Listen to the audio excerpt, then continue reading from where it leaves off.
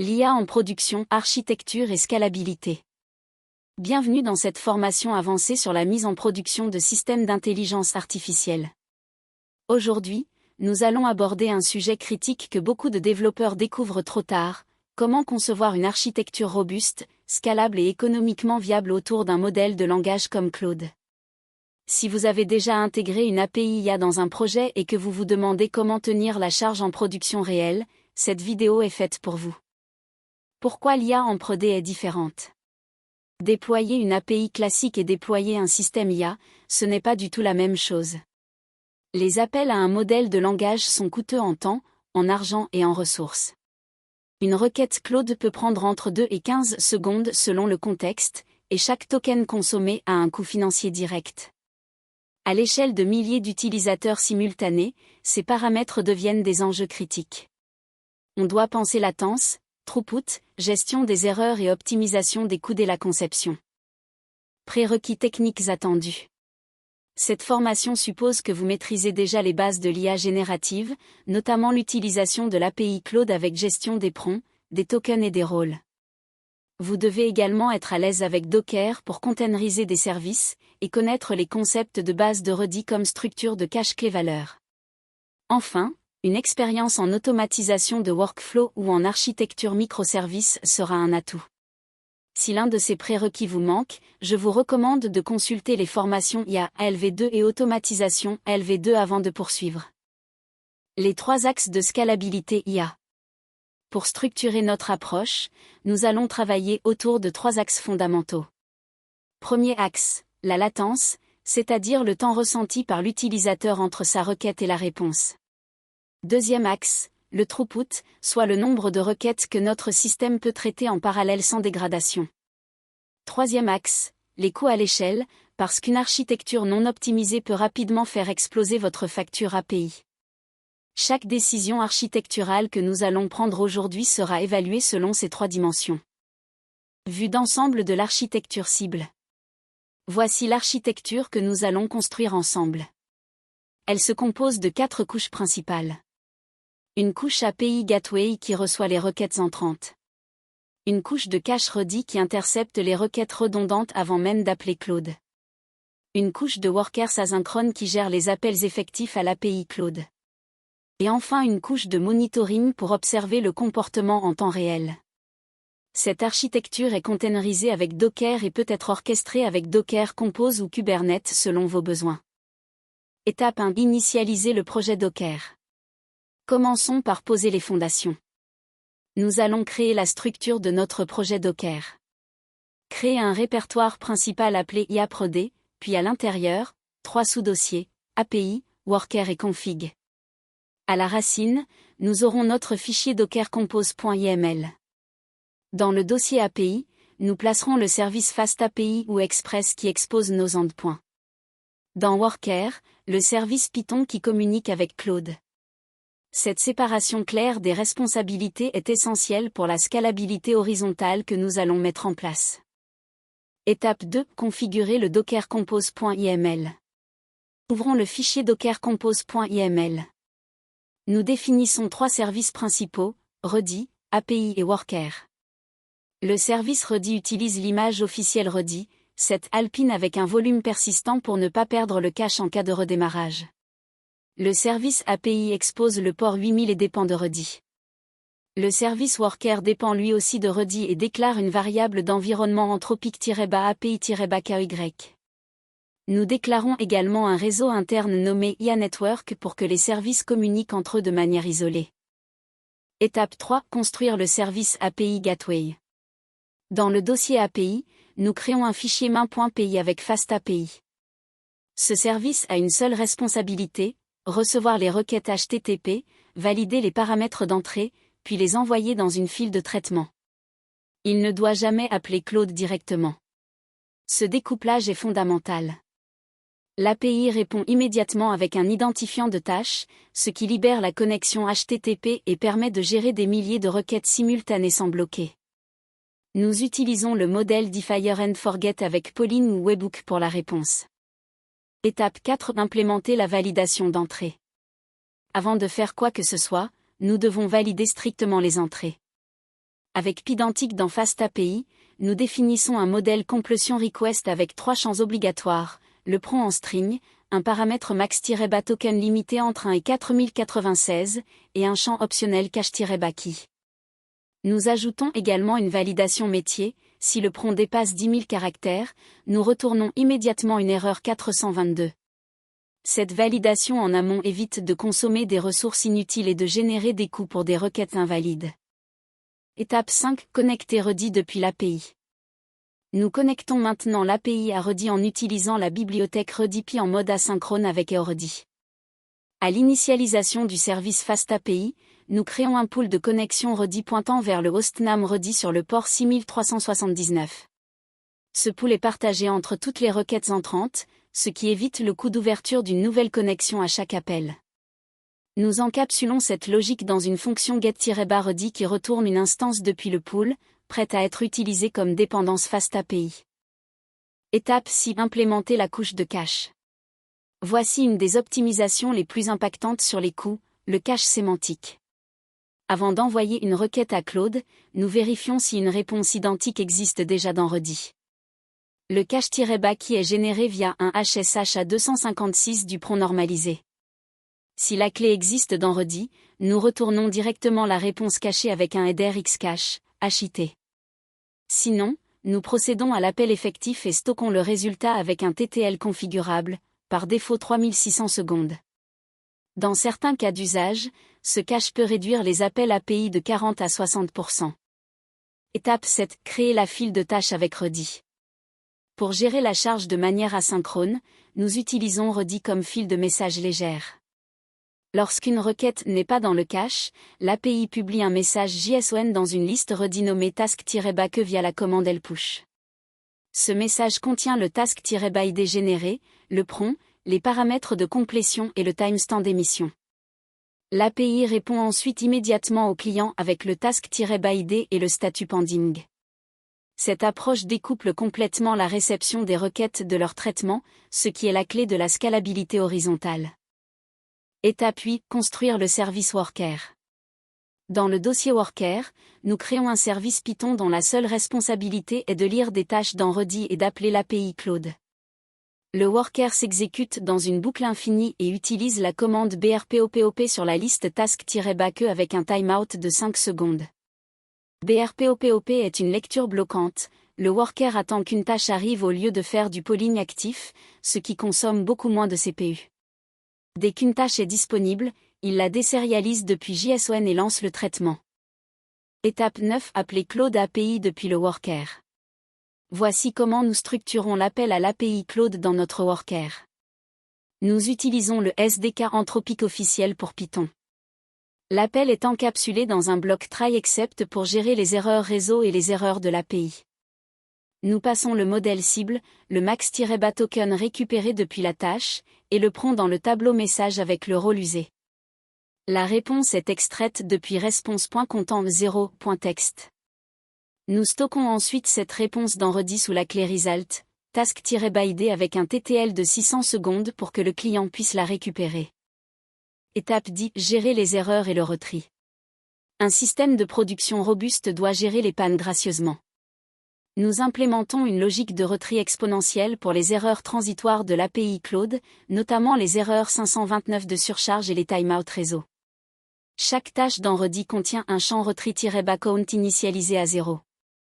Si une erreur transitoire survient, nous incrémentons le compteur et réenqueuons la tâche avec un délai croissant, 2 secondes, puis 4, puis 8. Au-delà de 3 tentatives, la tâche est marquée failed et l'erreur est loguée. Cela évite de perdre des requêtes lors de pics de charge. Étape 11. Implémenter le streaming de réponses. Pour les réponses longues, le streaming est essentiel pour améliorer la latence perçue. Plutôt que d'attendre la réponse complète, Claude peut envoyer les tokens au fur et à mesure. Dans notre worker, nous utilisons le mode stream de l'API Anthropic avec un contexte managé. À chaque event de type content-block-delta, nous publions le chunk de texte dans un channel Redis pub subnommé stream, task-id. Du côté API, nous exposons un end.server sans events qui s'abonne à ce channel et forward les chunks vers le client en temps réel. Étape 12. Scaler les workers horizontalement. L'un des grands avantages de cette architecture est que les workers sont totalement stateless, ils ne gardent aucun état en mémoire entre deux tâches. Cela signifie que nous pouvons en lancer plusieurs instances simultanément sans conflit. Dans dockercompose.iml, nous ajoutons la directive deploy avec replica, 3 pour lancer 3 workers en parallèle. Chaque worker consomme indépendamment depuis la même liste ready. Ready garantit qu'une tâche n'est lue que par un seul worker grâce à l'atomicité de la commande brpopop. Le scaling est donc immédiat et sans coordination. Étape 13. Limiter le débit avec un rate limité. Pour protéger votre budget et respecter les limites de l'API Cloud, nous implémentons un rate limité par utilisateur dans Ready. Nous utilisons la commande incr sur une clé nommée ratelimi, user-by-d avec une expiration d'1 minute. Si la valeur dépasse le seuil configuré, par exemple 20 requêtes par minute, l'API retourne immédiatement une erreur 429 to many request sans enqueuer la tâche. Ce mécanisme est atomique dans Ready et fonctionne correctement même avec plusieurs instances de l'API en parallèle, ce qui est impossible avec un simple compteur en mémoire. Étape 14. Optimiser les prompts pour les coûts. La réduction des coûts passe aussi par l'optimisation des prompts. Chaque token envoyé est reçu à un coût. Nous ajoutons dans notre service API une étape de pré-processing des prompts, suppression des espaces multiples, trincation intelligente des contextes trop longs, et injection de directives de concision dans le système prompt. Nous loguons également le nombre de tokens consommés par requête en lisant le champ usage de la réponse Claude. Ces métriques alimentent un tableau de bord qui permet d'identifier les cas d'usage les plus coûteux et de les optimiser en priorité. Étape 15. Mettre en place le monitoring. Un système en production sans monitoring est un système aveugle. Nous ajoutons un service prometteur dans notre Docker Compose qui scrape les métriques de notre API. Nous instrumentons notre code avec la bibliothèque Prometheus Client pour exposer 4 métriques clés, le nombre de requêtes par statut, la latence de traitement en histogramme, le taux de cache hit versus miss, et le coût estimé en token par période. Ces métriques sont visualisées dans Grafana et permettent d'anticiper les problèmes avant qu'ils impactent les utilisateurs. Étape 16. Configurer les alertes critiques. Nous configurons 3 alertes critiques dans Prometheus Alert Manager. Première alerte, si la latence médiane dépasse 10 secondes pendant 5 minutes, cela indique une saturation des workers. Deuxième alerte, si la longueur de la file Ready dépasse 500 tâches en attente, cela signale un sous-dimensionnement des workers ou une panne de l'API Cloud. Troisième alerte, si le taux d'erreur dépasse 5% sur une fenêtre de 10 minutes. Ces alertes déclenchent des notifications Slack ou email pour permettre une réaction rapide sans avoir à surveiller le tableau de bord en permanence. Étape 17. Tester la charge avec K6. Avant de déployer en production, nous devons valider que notre architecture tient la charge cible. Nous utilisons K6, un outil de test de charge, pour simuler 100 utilisateurs simultanés pendant 5 minutes. Notre script K6 envoie des requêtes variées avec des prompts de taille différente et vérifie que le temps de réponse initial de l'API, c'est-à-dire jusqu'à la confirmation d'enqueuing, reste inférieur à 200 millisecondes dans 95% des cas. Nous observons en parallèle les métriques Ready et les logs des workers pour identifier les goulots d'étranglement. Étape 18. Résultats et ajustements du test de charge. Après le test de charge, nous analysons les résultats. L'API Gateway tient parfaitement les 100 utilisateurs simultanés avec une latence médiane de 45 millisecondes pour l'enqueuing. En revanche, avec 3 workers, la file Ready monte jusqu'à 280 tâches en attente au pic. Nous augmentons à 5 workers via la directive replica et relançons le test, la file se stabilise sous 50 tâches. C'est exactement l'avantage de l'architecture découplée, nous pouvons ajuster le nombre de workers sans redémarrer l'API ni modifier le code. Le scaling est opérationnel en quelques secondes. Étape 19. Sécuriser les credentials et secrets. La sécurité est non négociable en production. La clé anthropic-API-KY ne doit jamais apparaître dans votre code source ni dans votre dockercompose.iml versionné. Nous utilisons un fichier .env exclu du contrôle de version via Gitignore pour les environnements de développement. En production, nous utilisons les secrets Docker Swarm ou les variables d'environnement injectées par votre CI/CD. Nous activons également la rotation régulière des clés dans le portail Anthropic et nous configurons des alertes sur la consommation anormale de tokens pour détecter une éventuelle fuite de clés. Étape 20. Déployer sur un VPS avec Docker Compose. Pour un déploiement production simple, nous utilisons un VPS avec Docker Compose en mode Swarm. Nous copions nos fichiers de configuration sur le serveur, créons le secret Docker pour la clé API, puis lançons la stack avec Docker Stack Deploy. Docker Swarm gère le redémarrage automatique des services en cas de crash et la distribution de charges entre les instances des workers. Nous configurons également des health checks sur chaque service dans le Docker Compose pour que Swarm puisse détecter et remplacer automatiquement les conteneurs défaillants sans intervention manuelle. Récapitulatif. Architecture mise en place. Récapitulons l'architecture que nous venons de construire. Notre système repose sur 4 composants containerisés, une API Gateway Fast API qui reçoit et valide les requêtes, Redis qui joue un double rôle de cache et de fil de messages, des workers Python scalables qui appellent l'API Cloud, et une couche de monitoring Prometheus et Grafana. Cette architecture découple réception et traitement, permet le scaling horizontal des workers, réduit les coûts via le cache, et offre une visibilité complète sur le comportement du système. Elle est déployable en quelques minutes sur n'importe quelle infrastructure Docker. Récapitulatif. Optimisation coût et latence. Sur les optimisations spécifiques à l'IA, nous avons appliqué 3 stratégies majeures. Le cache Redis avec HSH à 256 des prompts pour éviter les appels redondants, avec un potentiel d'économie de 40 à 60% selon l'usage.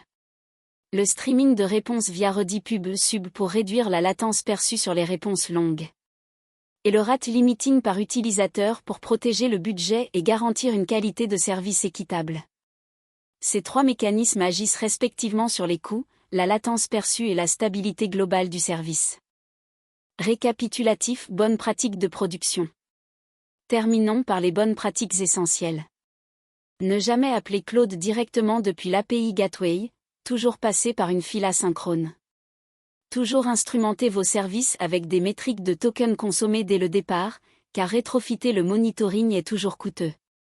Prévoir les erreurs de l'API Cloud comme des événements normaux, pas des exceptions, implémenter le retry dès la première version. Et enfin, tester la charge avant chaque passage en production, car les comportements non linéaires apparaissent souvent seulement à partir de 50 à 100 utilisateurs simultanés. Passez à la pratique maintenant. Vous avez maintenant toutes les clés pour déployer une architecture IA robuste et scalable en production. Le code complet de cette démonstration est disponible dans le lien en description, avec les fichiers Docker, le worker Python et les configurations Prometheus prêts à l'emploi. Je vous encourage à commencer par déployer cette stack en local, à observer les métriques Redis pendant vos tests, puis à adapter le nombre de workers à votre charge réelle. Si vous souhaitez aller plus loin sur l'orchestration Kubernetes ou la gestion multimodèle, rendez-vous dans la prochaine formation de la phase 3. Bonne mise en production.